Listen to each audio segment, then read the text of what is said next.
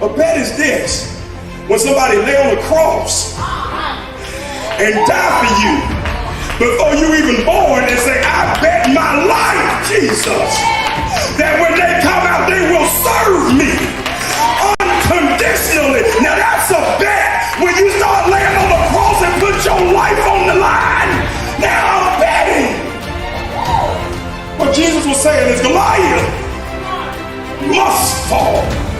Yes, Coach James coming to you live from Champions for Christ International Ministry, the best church on the south side of Atlanta with the best pastor in the world, Pastor Wynn. Man, I encourage you, do like I do every Wednesday and Sunday. Log in, tune in to hear what God is saying through Pastor with a lot of high energy, a lot of grunt, and no excuses. I pray that during this time of COVID-19, you're staying safe, but not making excuses. And come here, Pastor, give us a dynamic word with a lot of high energy. God bless. 1 Peter chapter 5, verse 8.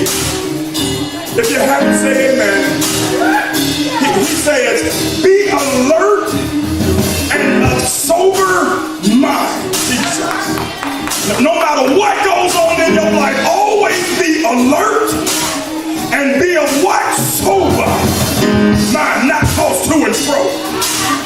Your enemy, wait a minute, I thought I was saying I didn't have no enemies, you have more. Yeah. Your enemy, the devil, prowls around like a what? Like a roaring lion looking for someone to devour. So now let me look at this.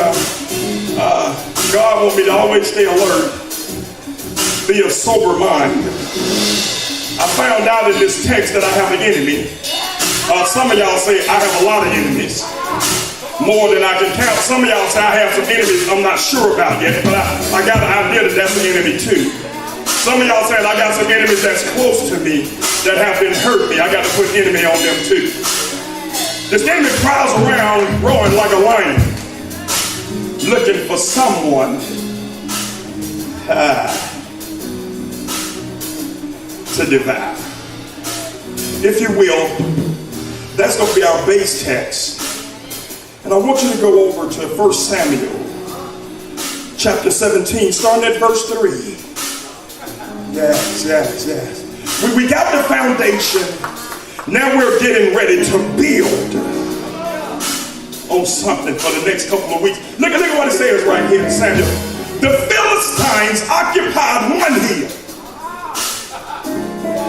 and the Israelites another, with the valley between them. Now watch what it says. A champion named Goliath, who was from Gath, came out of the Philistine camp. So the Philistines, they got their champion, just like the world has their champion. But the world don't know about God's champion. Oh, but they will soon enough. Yeah, Gath came out of the Philistines camp. His height was 6 cubits and a span. He had a bronze helmet on his head and wore a coat of scale armor of bronze weighing 5,000 shekels. On his legs he wore bronze greaves, and a bronze javelin was slung on his back. Jesus, who is this thing? His spear shaft was like a weaver's rod, and his rod's point weighed 600 shekels. His shield bearer went ahead of him. Goliath stood and shouted. Oh, wait a minute.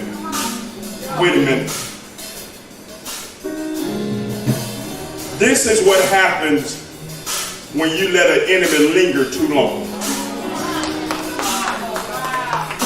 This is what happens when you let your enemy linger too long. Goliath stood and shouted to the ranks of Israel, why do you come out and line up for battle? Am I not a Philistine? And are you not the servants of Saul? Choose a man and have him come down to me. If he is able to fight and kill me, we will become your subjects. But if I overcome him and kill him, you will become our subjects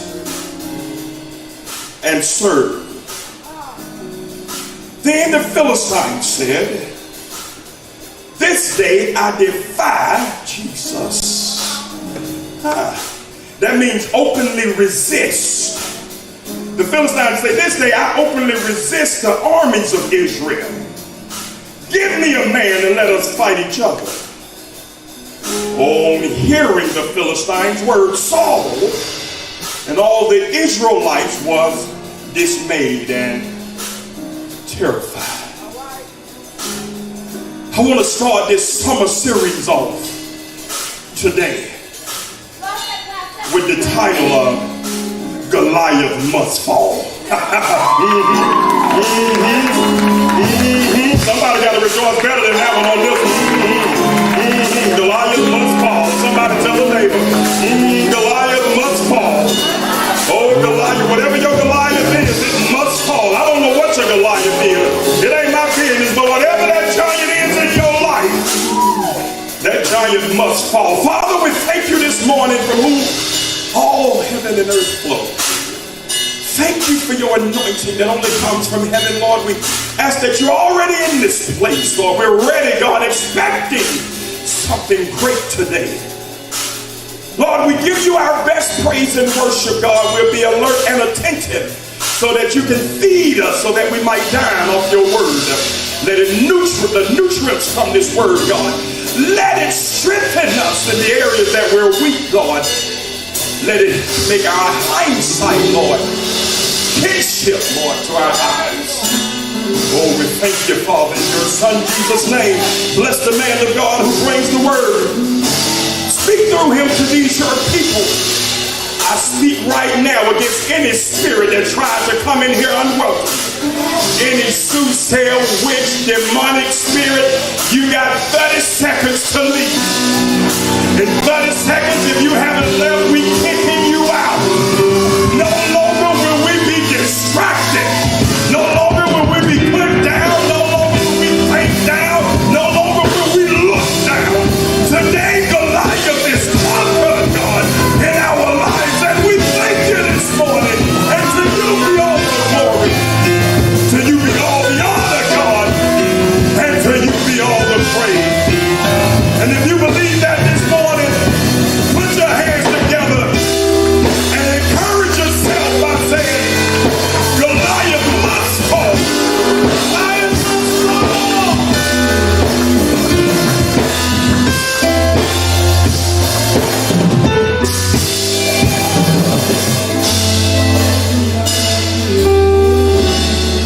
I want to apologize in advance for my behavior. I want to apologize in advance for my behavior, for I have no idea what's going to come out my mouth. I am totally entrusting God with what he has given me for this summer series. I know I normally deal with relationships and marriage and boyfriend and girlfriend. But he said too many people got too many Goliaths in their life. Until right now, a girlfriend or boyfriend might be detrimental to them both. We need to learn how to overcome our giants. We need to learn how to overcome our fears. It's amazing here how King Saul thought that Goliath was too big to fight. But David thought Goliath was too big to miss.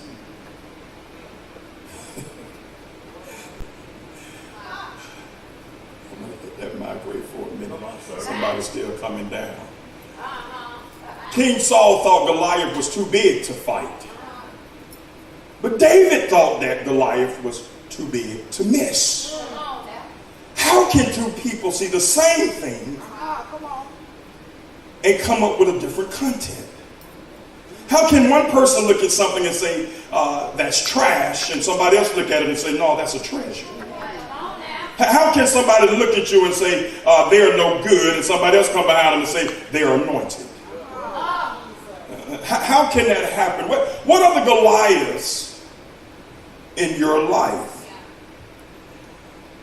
Goliath is a lot of things to a lot of different people. We don't admit it, but we all have them. Doesn't matter how saved you are, you still have Goliaths. And it's not always the simplistic things. My Goliath is reefer. My Goliath is money. Or my Goliath is drinking. No, those are surface Goliaths. I'm talking about these Goliaths that has changed your whole mindset. The ones that have tapped into your spirit and caused change in your behavior. See, I know as long as you ain't drinking, your behavior might be one way. Drinking helps you to become that way. I'm more concerned when something has attached itself to you. Come here, church. And won't let you go, and has caused you to start going downhill fast. That's a Goliath that we don't talk about. People talk about drinking and smoking because everybody talks about drinking and smoking. So when you say I'm drinking and smoking, you just in a long line. But some people Goliath is when they're watching nasty movies all the time. Come on, Pastor. Come on, Pastor. Somebody say, yeah, that's a good Goliath. It's a problem. You won't tell nobody about that Goliath because you fear you might be embarrassed unless you find somebody else that's doing the same thing. You know, we got a lot of the bigger Goliaths are the ones we don't tell. But Goliath brings a lot of things to us. He has held you back. All of us should be farther than where we are. But a Goliath somewhere in your life has stopped you. If it didn't stop you, it slowed you down. It hindered you. You wanted to, Goliaths are a lot of different people because a lot of different things because you wanted to be right. You wanted to have one lady. You wanted to be faithful to one woman. But all your uncles have a variety of side chicks. And you feel like if I don't do what my uncle and them did, they're going to disown me. Now your uncles have become a Goliath. We don't want to talk about those types of Goliath. We want to talk about the ones that everybody has issues with. I'm not making enough money is my Goliath. That's everybody. But the ones that really keep you from your destiny, keep your head up. God gives his hardest battles to his strongest soldiers.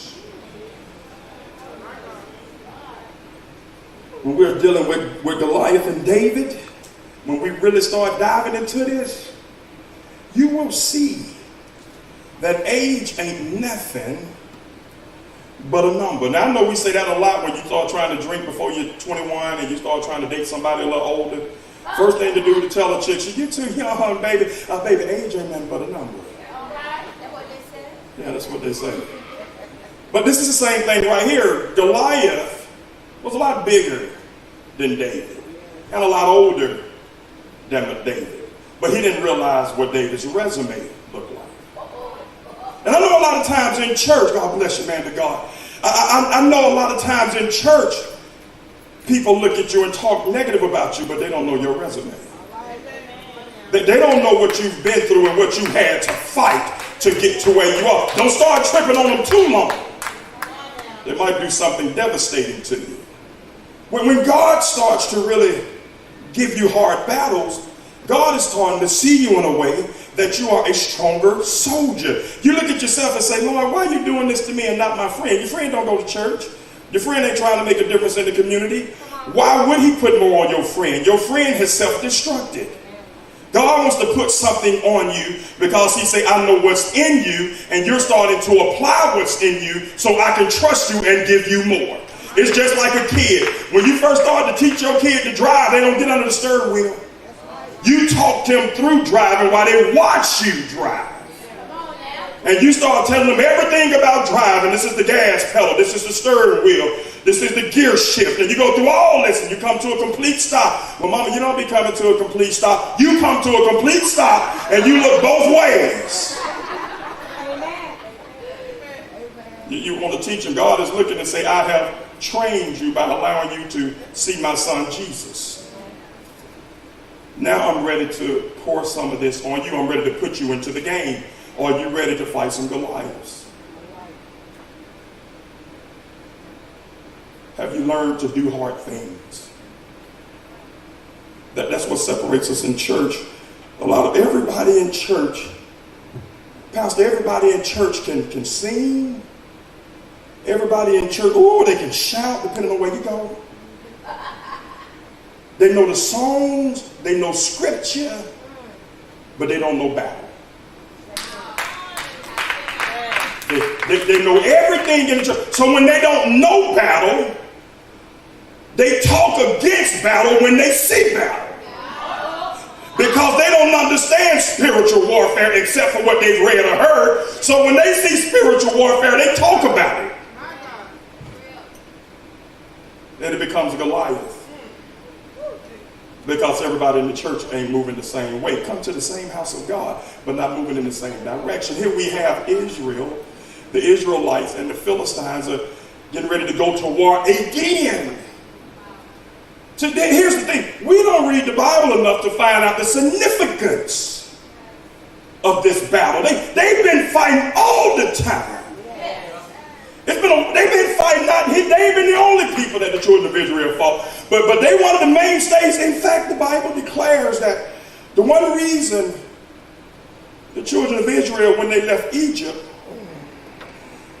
and to follow Moses, they didn't go straight ahead. They could have got to the promised land a lot easier and a lot quicker. But the reason they didn't go that way was because they would have had to go through the territory of the Philistines, and God knew that they weren't mature enough yet to do battle.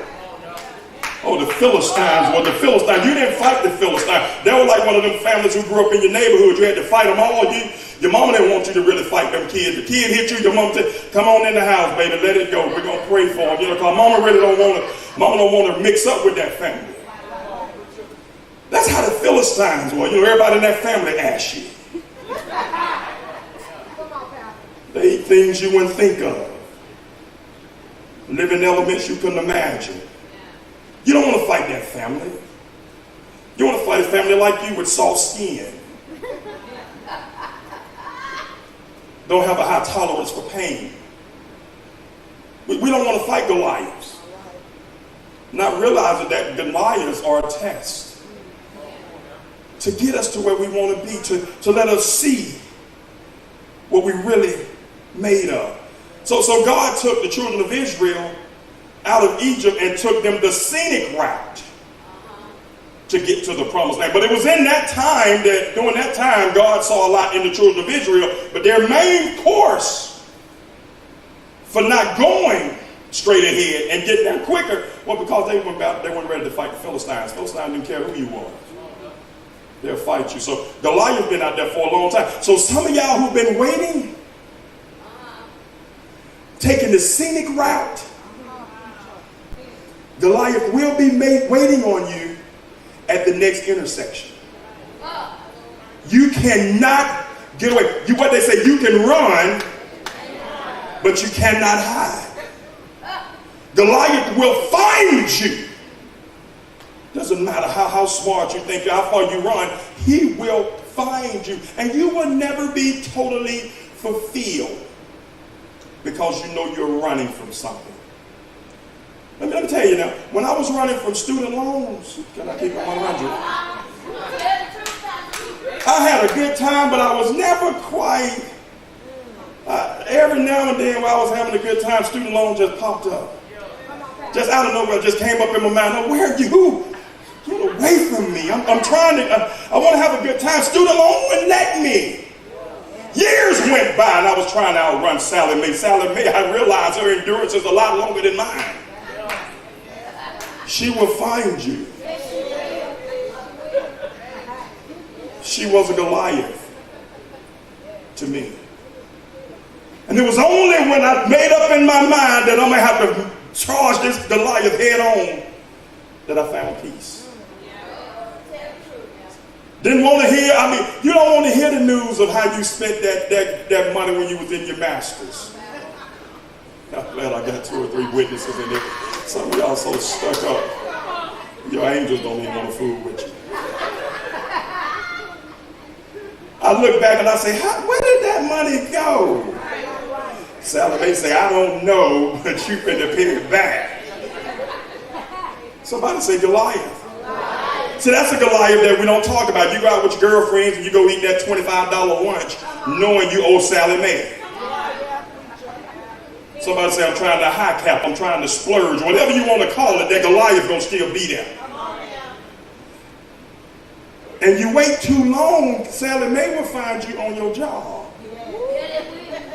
Because Goliaths have no perspective, place, time, or who in front of. The Bible say right here that Goliath was calling out one man from on the other hill. Or the Israelites, well, just one man come down and fight me in the valley of Allah. Just one.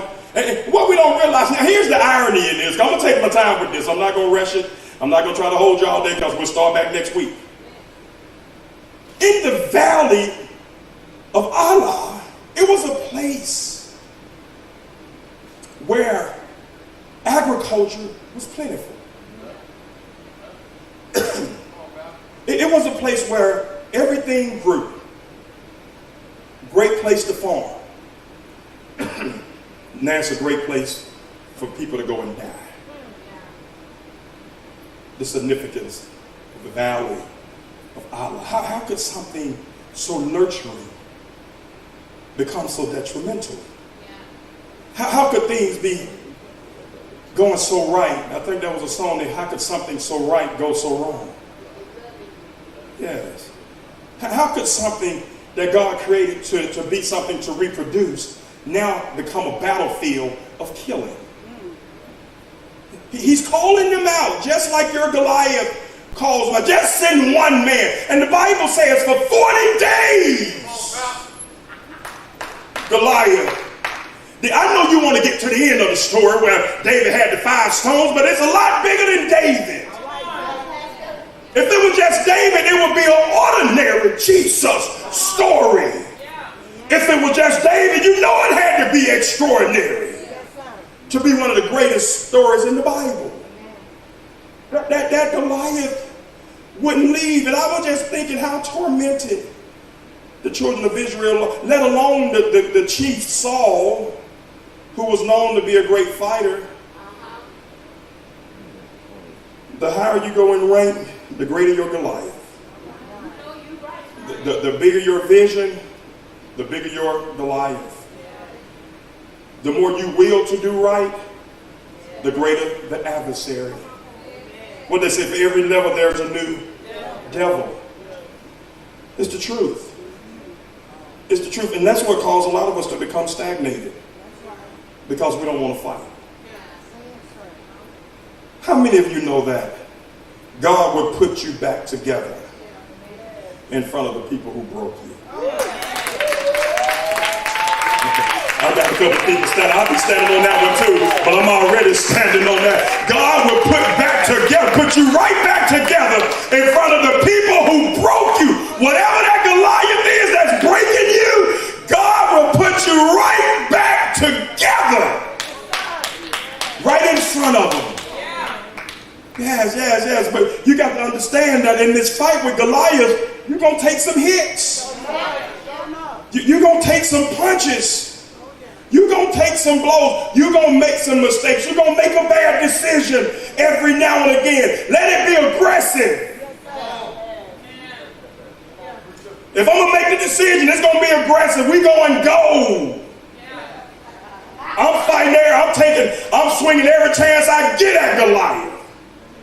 You're going to miss him. Yeah, but I'm going to hit him one. Now, that one I hit him going to knock him deep. I'm going to try to knock him out. Because you can't play with Goliaths. You can't dance around with Goliaths. You got to go and knock them jokers on out. Because they've been out there a long time. Think about some of your Goliaths in your life right now. Don't even talk to nobody. It's too shattering.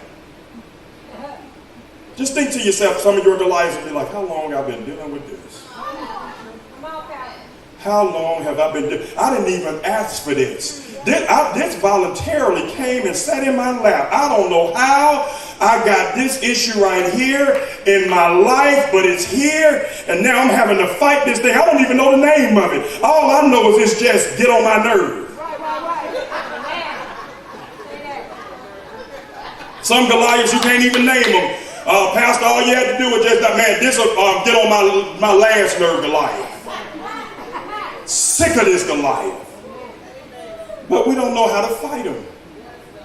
So they linger. And after a while, if they linger long enough, they'll start to infringe. And then your mindset starts to change. Has to, because Saul was on the mountain for 40 days and didn't retaliate. Saul was a great king. He was known as a fighter. He wouldn't send his men because they saw how big this giant was. Goliath was 9 feet tall. Who wants to fight him? And I promise you that most of your Goliaths, if not all of your Goliaths, are bigger than you. I promise your Goliaths. Whether it's a diagnosis from the doctor or something came up that you had no recollection of, or you don't know how this came up, or your kids don't put you in a tough situation, it's a Goliath nevertheless. A Goliath that's looking at you that wants to fight you for everything you have. It says right here, he says that whoever wins, we take the other people as our servants. Which means they put everything on the line. These ain't no little bets. See, today we have what we call safe bets. See, a safe bet won't really hurt you. You know, I ain't betting you the Falcons gonna lose, bet on me. You know, but I ain't betting on them. I bet $10. That ain't no bet. That's not a bet. A bet is this. When somebody lay on the cross and die for you before you even born and say, I bet my life, Jesus, that when they come out, they will serve me unconditionally. Now that's a bet. When you start laying on the cross and put your life on the line, now I'm betting. What Jesus was saying is Goliath must fall. I can't bet money. I can't bet silver and gold. I'm betting my life. That's when you start really fighting Goliath, when you put everything on the line.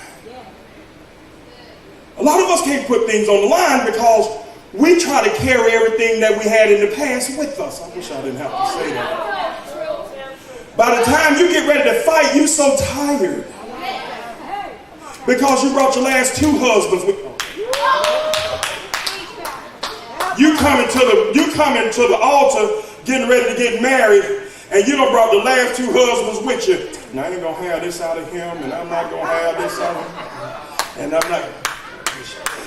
this not gonna happen, and this not gonna happen. And you get to the altar, he's saying I'll do the 3 of y'all.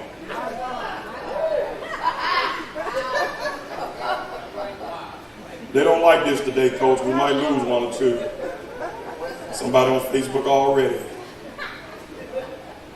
But it's the truth. Goliath. God will put you back together in front of the people who broke you.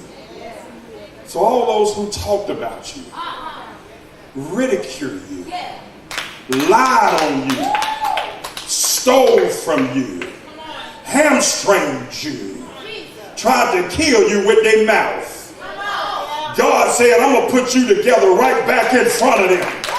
The promotion they thought they was going to get at work, God's going to give it to you. The house they thought they was going to get, God's going to give it to you. He said they thought you was last, but they forgot I said the last shall be first. They forgot about that. I'm going to put you right back together in front of the same people that got together and tried to break you. Goliath must fall. When you're a child of God, you have no other way but to fight with everything you got. Not some days, but all day, every day. That's why we say champions have no days off, because we are. Goliath must fall. Sometimes you have to move away to get yourself strengthened and prepared to fight Goliath. That right there next week. The next time Satan reminds you Because this is how he get us. The next time he reminds you of your past, remind Satan of his future. I'm standing up with you, Dorsey. They can't stand. That's my power, Pastor. You trying to talk about my past. Let me talk about your future. You will lose. You've already lost. He's already lost. Already. The problem is with your Goliath is Satan's always trying to remind you of what you used to do, when you used to go to jail, when you used to drink, when you used to be a whore, when you used to go out there and just wild out. That is my past, but let me tell you, Satan, since we having a conversation about when my God's getting ready to send you, let me tell you about the earth is the Lord's, and the fullness thereof. My God, I'm trying to teach this people. I'm trying to teach this thing, I need to teach. I need to teach so we can get this. You have more power. You have more fight game. You have more endurance than you think. You are your worst enemy. You don't give yourself no credit. You don't forget everything that God instilled in you. He said, I knew my thoughts concerning you before you were born. He said they were good and not of evil. That right there lets me know that eventually good always overcomes evil. So I don't care how it look when I fight. All I care is that I go in and fight because I'm going to be victorious, because good shall overcome evil. So I don't have to look like Floyd Mayweather. No, I can look like my deer and just close my eyes and swing. And the Spirit of the Lord gonna let me start connecting. And the more I start connecting, I'm gonna open one eye and say, what did I hear? I stung him did. I didn't know he bleeds like me. Then you open your eyes and then you start swinging. I just need to start swinging. Tell a neighbor, you just need to start swinging, child. You wasting time. You making too many excuses. You scared of the lights. You want to be big, you want to have a big anointing, but you scared of the night lights. You don't want to fight spiritually in front of people. You want to be saved and keep your enemy and your problems under your pillow. But I got news for you. If you're a child of the Most High God, your pillow ain't big enough to hide your problems. So you might as well bring them on to the church. Tell them I got a ring for us. A ring right at the front of my church. We call this ring an altar. Yeah, and I got a referee too. That's going to make sure don't nobody else jump in it. This referee is called God. We're going to get in the ring. And we're going to wrestle. And we're going to fight to the death. Because I'm tired of Goliath being my GPS system. Goliath has been dictating your life too long, telling you what you should do, how you should do it, what you can't do. The earth is the Lord's, it ain't yours. You go around here roaring as a lion. You have no teeth. No teeth. How you gonna defeat me when you have no bite? You've seen people who get ready to fight and you know they can't fight because they talk too much. So they try to beat you before y'all never start fighting. They start talking and I tell you what, I'm a such and such. And you see that joker quiet just sitting there, don't got their balance already. I'll be like, I'm betting on this one. That one trying to scare this one. Because that one really don't want to fight. That's what Goliath do. Satan really don't want to fight because he's already lost. He's already lost. We won't get into that today, but next week we're going to talk about that. when you kill a snake, you have to cut the head off. When you kill that Goliath, we're going to talk about that next week. How you have to bury the head, because if not, the head along with the thing still poisonous. So Satan, his head has been cut off when Jesus went down into hell. But he still has fangs with venom in them. Yeah, and every time he can inflict just a little bit of venom, he's good. Yes, sometimes you think you're being buried. Because dealing with a Goliath will get you tired. It will cause you to become lethargic. It will cause you to become fatigued and weary. What the Bible say, do not grow what? Weary in well-doing.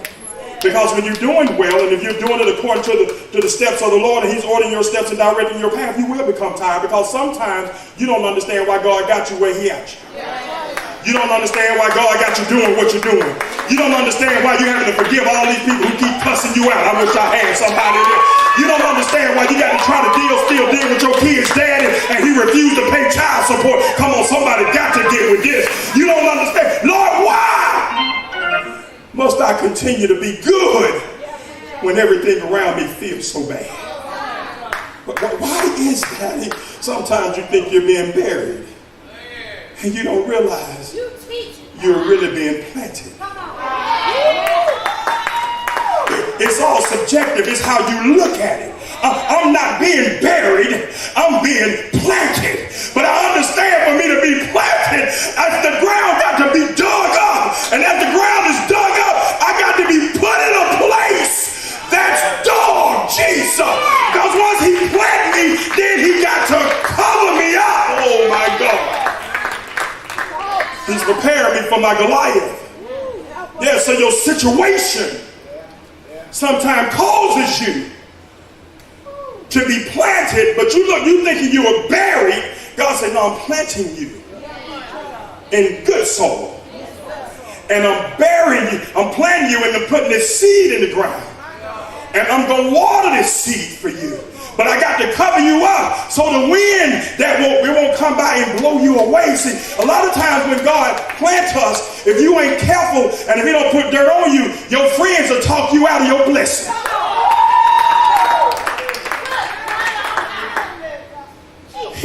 You'll let your spouse talk you out your blessing if God didn't put the dirt on you. He didn't put the dirt on you to suffocate you. He put the dirt on you to protect you so that you won't be tossed with every wind of doctrine. So that what everybody's saying about don't call me Jesus, don't say wait a minute. Just like you saying what you believe, I have the right to say what I believe in. I've been buried and I've been planted in some dirt with some soil over me that God's getting ready to grow me. Don't wipe the dirt off yet. Don't prematurely wipe the dirt off. Tell a neighbor it's necessary. It's necessary. God is not a God of fail. It's necessary. God is using your Goliath in a season to continue to pour dirt on you. What Goliath thinks he's doing to hurt you is really here to help you. He don't realize that the more he do to you, the stronger you become. That the Bible says, when I am weak, then am I made strong. So what he's doing by making you weak, he's really blessing you to show you how strong you can become. But he think that he's burying you. You ain't buried me, you planted me. And when I'm planted, the expectation is that I will rise. So the Bible declared that Jesus was buried. He went into a tomb. Then it say he went where? It didn't say he went to hell. It said he went where? Down into the, come on somebody read the word. He went down into the where? Depths of hell. He went down. He wasn't being buried. He was planted. And anything that's planted shall rise. I don't know about you today, but I'm celebrating my plant. Because I know that if I'm planted, that means at some point the sun will shine. And all this heat that's coming on me right now that I didn't think I could take another day, I see that it's working out for my good. And in fact, now I'm saying, bring it on, God, because I understand that the thermostat that determines the heat is my faith. And the more I have faith, the more I can turn the heat. So as I have faith, it starts to eliminate some of the heat. And as the more faith I have, the more I come up. Yes, and now I ain't got to worry no more, because Goliath must fall. And they say when Jesus was down in hell, he didn't just go down there and pray to come out. What was so significant about Jesus going to hell was what he did when he got there. Everybody, pastor, want to talk about Jesus going to hell. And nobody talks about the significance of what he did when he got there. When he got to hell, he went with purpose. So that lets me know that God don't plant you if he don't put purpose on you. So when God plants you, there's purpose in you. So that purpose got to come back to God, because he say, give and it shall be given. Jesus, teach. He goes down to hell. And as he's down in hell, he has purpose. As soon as he gets to hell, he starts putting the 911 out. I'm looking for death.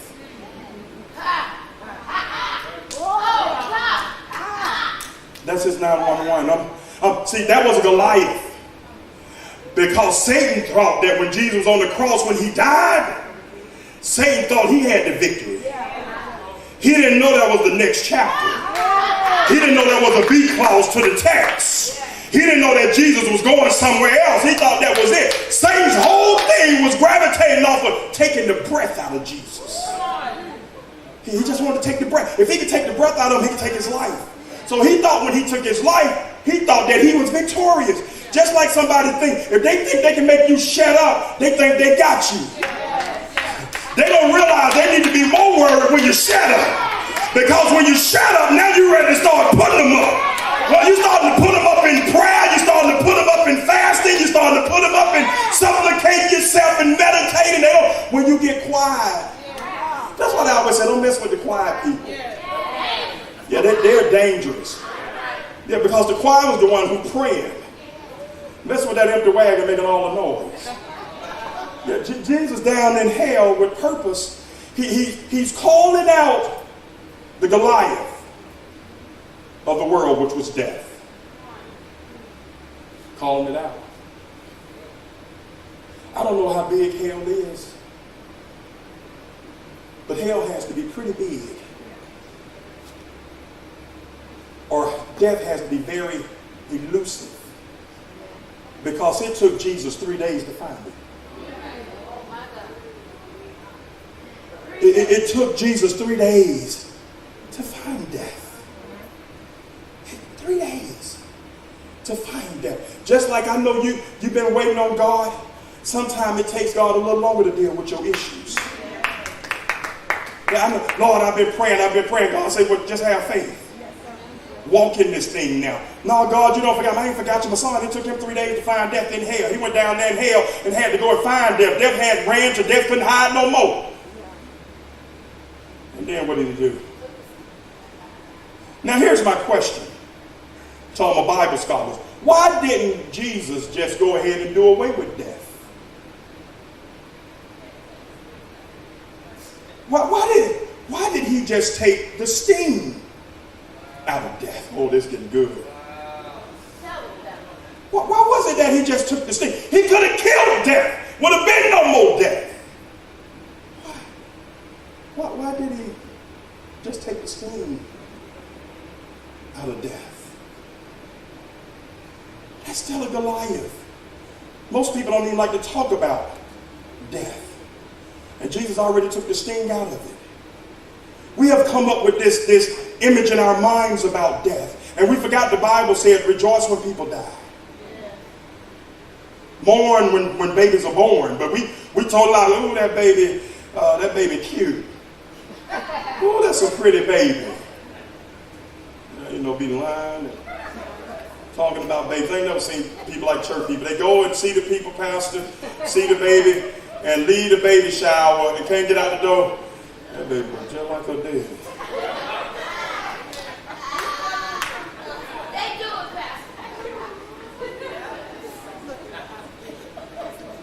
Why was it that Jesus didn't take the sting? He just took the sting out of death. Why he didn't just do away with death?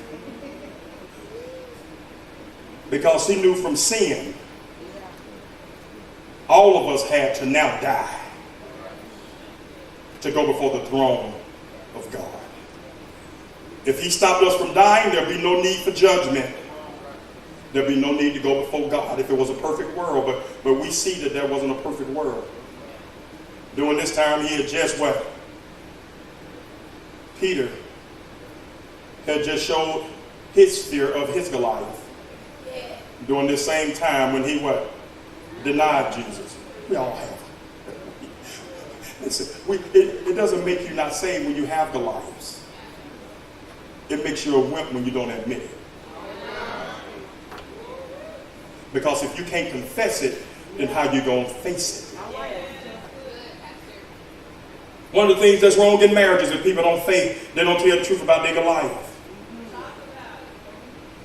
You got health issues, tell your wife. Quit playing macho so if something happens to you, at least you know what to do. Or better than that, at least you know what to start praying for. Yeah, you are, I'm fine. She's like, baby, you're limping. I'm good. I'm good. You're fine, baby. I'm not, baby, I see you limping. I'm good. Right. Just tell them the truth. This is a Goliath in my life. I don't want to have hip surgery. So your wife can start praying for you. You want to do a business, but you don't want to tell your wife for fear of failure. I wish I want to start a business, but I'm afraid of my Goliath, and I don't want my wife to know that Goliath might beat me. God allowed Goliaths to be here so that we can conquer them. We can conquer these. That's the only reason Goliaths are in your life. So that we can conquer them. David could not have conquered Goliath by himself. When you really start digging and adapting the word, you'll see that it took something greater than David to conquer Goliath. Much greater. But David get all the credit. A young lad who just came out to feed his brothers get all the credit for killing Goliath. But it wasn't David. It was David. It would have been an ordinary story. If it would have been David killed Goliath, his story would have been no better than Joshua's. All right. His story. Now watch this here. David conquered the Philistines. But before David conquered a certain part of the Philistines, Eli. Eli conquered a portion of the Philistines. And before Eli, Samson, Jesus, conquered a portion of the Philistines. What raises the question is this: why is David's story so special? And Samson's story or Eli's story is just a story. Why is it that David's story is extraordinary? Because of something that fought with him. Something that was in him. That was fighting for him. Had to be the accuracy from which the way in which David fought was unexplainable. David did some things in his fighting Goliath that lets us know that there was something extraordinary inside of David. Just like there are certain things that God has willed for you to do that are bigger than you are in the flesh. And as you start fighting these giants, then it will be revealed to you the extraordinary things that God has in you. But not to then. The only way the extraordinary will come out of you is when you start doing God's will.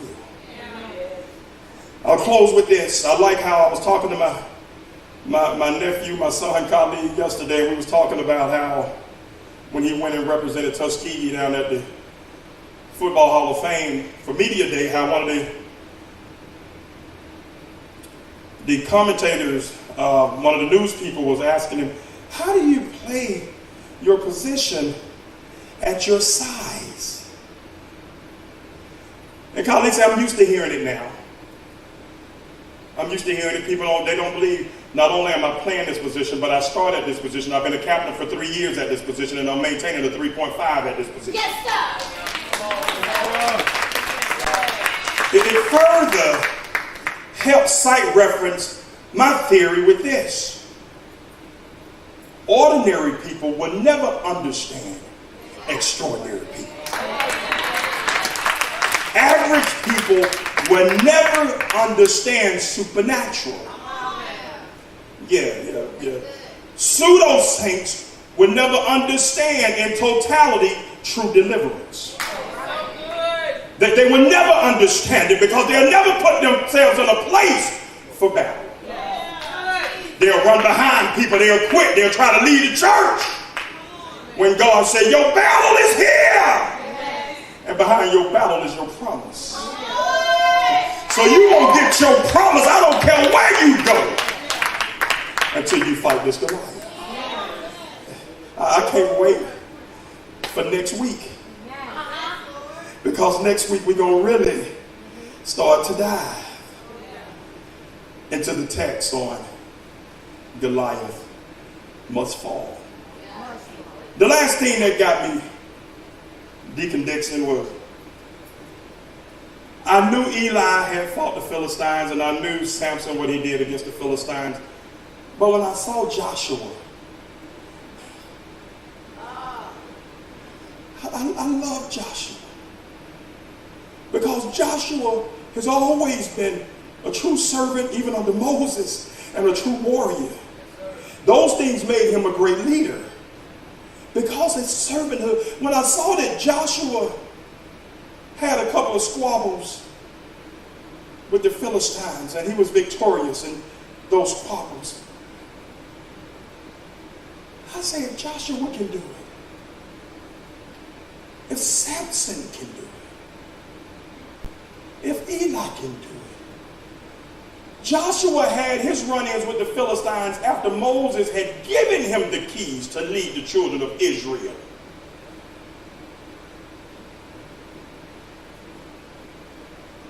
He didn't ask for it. It was preordained. Your life has been preordained. What you do with your life is predicated off the decisions you make. The decisions you make are predicated off of your heart. Because the Bible says, out of the abundance of the heart, Jesus, the mouth speaks. So it's what was in his heart. It's what's in your heart that determines your zeal. Your zeal determines your will. The will to conquer. Your will gives you an appetite where I'm starting to smell blood. That's what I like about the lion. Because the lion is not a Goliath in statue.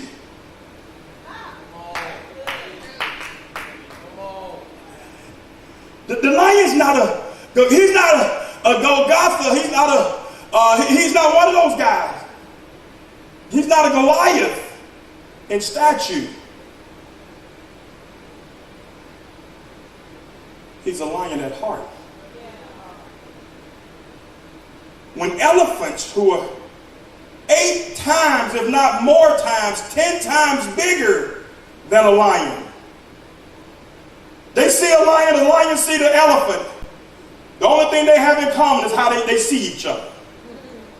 From that point on, everything changes. One becomes Goliath, The other one becomes a peon.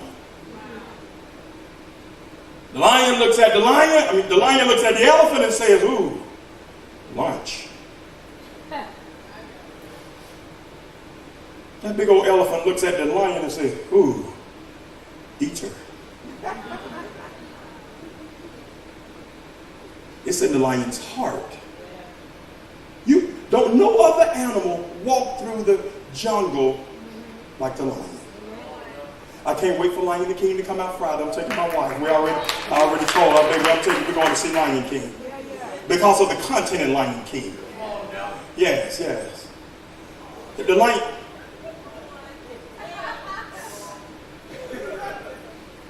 With the pretty mane, just. And the other animals don't even speak to the lion. They just bow down to the lion. Now somebody said that the tiger can beat the lion. The tiger's bigger than lions.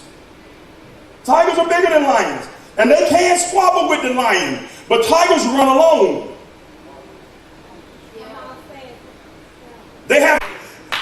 God said, I can't trust the tiger to be out front. He'll turn on everybody. The lion will lead. The lion don't always have to come in stature.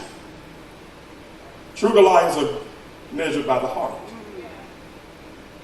And I don't know where your heart is today. I don't know your stature. But I know that God is able to do exceedingly and abundantly above all you can ask or think.